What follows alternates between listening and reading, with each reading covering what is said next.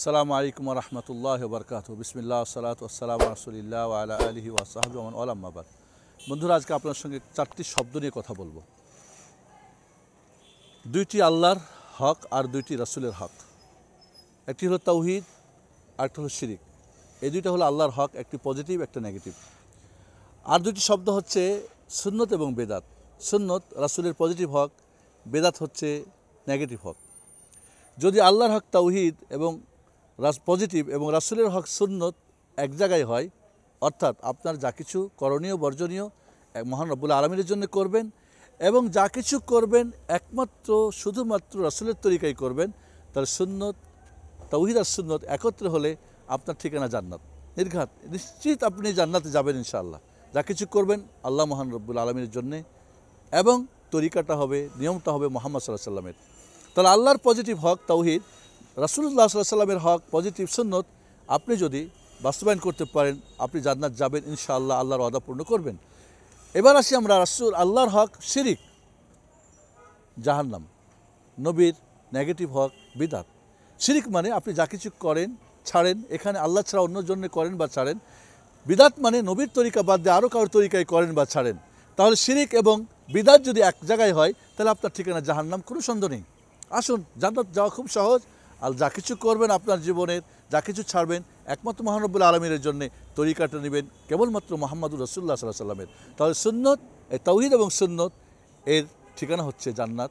আর যখনই শিরিক এবং বিদআত আসবে তখন ঠিকানা হবে জাহান্নাম।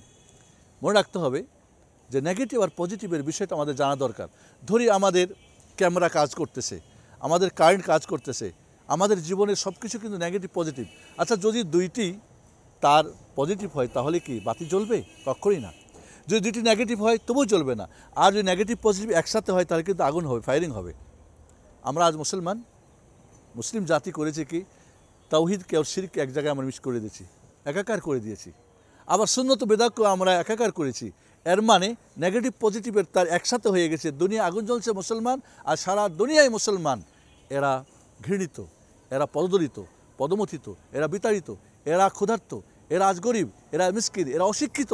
কারণ দুনিয়ায় তারা নেগেটিভ পজিটিভ এক জায়গায় লাগিয়ে দিয়েছে, জ্বলতে আছে দুনিয়ায়। এবং আখেরাতেও তাই হবে, কারণ তারা আখেরাতের নেগেটিভ পজিটিভ শিরিক এবং তাওহীদকে, সুন্নত এবং বিদআতকে একসঙ্গে লাগিয়েছে। আখেরাতের আগুনেও জ্বলতে থাকতে হবে অনন্তকাল ধরে। আসুন বন্ধুরা, যদি জান্নাত পেতে চান তাহলে আল্লাহর হক তাওহীদ, লা ইলাহা ইল্লাল্লাহ, লা ইলাহা ইল্লাল্লাহ, লা ইলাহা এটা হলো নেগেটিভ, কোনো ইলাহ নেই।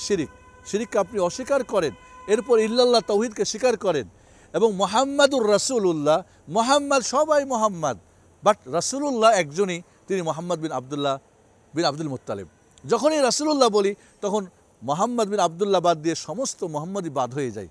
যেমন আমরা লা ইলাহা বলে সমস্ত খোদাকে বাদ করে ইল্লাল্লাহ বলে শুধু একমাত্র আল্লাহকে আমরা মানি, তখন আমরা মুহাম্মাদুর রাসূলুল্লাহ বলেও কিন্তু তাই সমস্ত মুহাম্মদ বাদ দিয়ে একজনই মুহাম্মদ হয়, যিনি রাসূলুল্লাহ সাল্লাল্লাহু আলাইহি ওয়াসাল্লাম। আসুন, মহান রব্বুল আলামিনের জন্য যা করি ছাড়ি, তিনি তার যে প্ল্যানিং ইঞ্জিনিয়ার মুহাম্মাদুর রাসূলুল্লাহ সাল্লাল্লাহু আলাইহি ওয়াসাল্লাম, তার প্ল্যানে করি, একমত তার জন্য করি, খুব সহজে জান্নাত পাবো। আল্লাহ আমাদেরকে সেই তৌফিক দান করুন। আমিন। সাল্লাল্লাহু আলা মুহাম্মদ ওয়া আলা আলিহি ওয়া সাহবিহি আজমাইন। আসসালামু আলাইকুম ওয়া রাহমাতুল্লাহি ওয়া বারাকাতুহু।